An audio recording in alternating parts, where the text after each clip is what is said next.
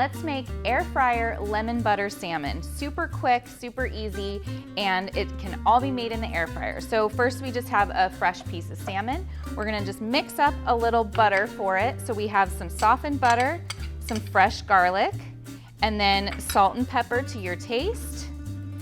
And we're just gonna mix that up to make a nice garlic butter for the top of our salmon. And then we're just going to spread that over top of the salmon.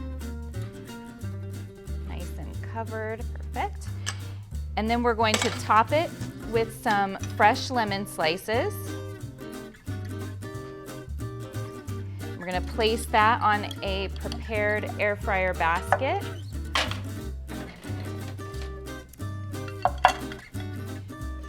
And put it in the air fryer. And in about 10 to 12 minutes, it will be ready. So when that's done, just gonna take it out. Perfect. Set it down. Then we're gonna add some fresh lemon juice and some parsley.